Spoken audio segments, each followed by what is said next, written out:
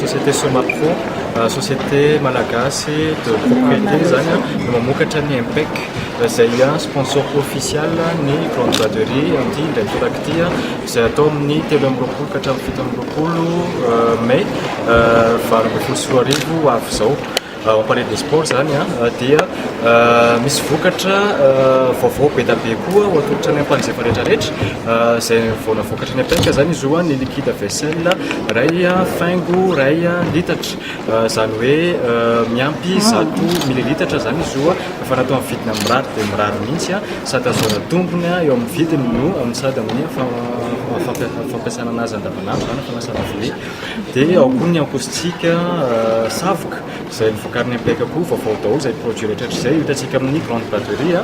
dia manamafatra antrany koa izay fa ny apeka zany manakaiky atsika rehetrarehetra mpanjifa trany amin'ny filana sy ny vahaolana rehetrarehetra mahakasika ny fahadiovana amin'ny ankapobeny dia noho izay zany dia manasa atsika rehetrarehetra ho avy amin'ny grande braderie ho avy zao zany hijery izay vokatra be da be vita malagasy avokoa izy ireo izay mitondra anarana impec izay dia anatin'izay koa manentana koa izay fa misy fanentanana mahakasikana vokatra vita Somapro ihany le izy ny baume tsara misy tombola manomboka androany izy io maneran'ny Madagasikara azona loka be da be koa ka afaka anjara koa nareo amin'ny grande braderie fa misy urne mipetraka ao dia mandrotsaka fa misy fomba anatanterana an'izay zany hoe mividy ny baume tsara sotrana efa mandeha ny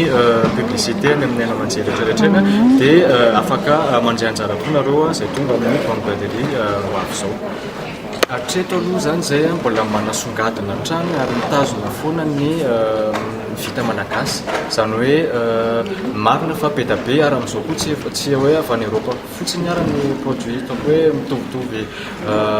vokatra mitovitovy amin'ny izay ataonay zany ny ao koa ny avy any Chine fa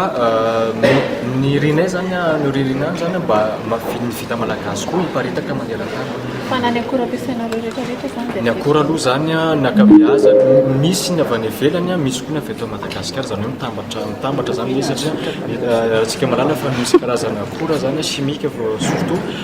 tsy dia ahitana loatra eto Madagasikara dia tsy maintsy voatera farina avy any ivelany fa ny ataoko hoe matière première ny huile rehetrarehetra matetika koa misy huile ampiasaina amin'ilay izy fa zay misy apany zany avy eto Madagasikara. Ny faninanana ataoko hoe mazaka ihany zay mazaka satria voniny zay anandratra trano ny vita malagasy zay koa ny fantaneko tao manakaiky trano mpanjifa koa zay amin'ny filany surtout sy le vahaolana hoentina amin'izay fahadiovana azy amin'ny ankapobeny.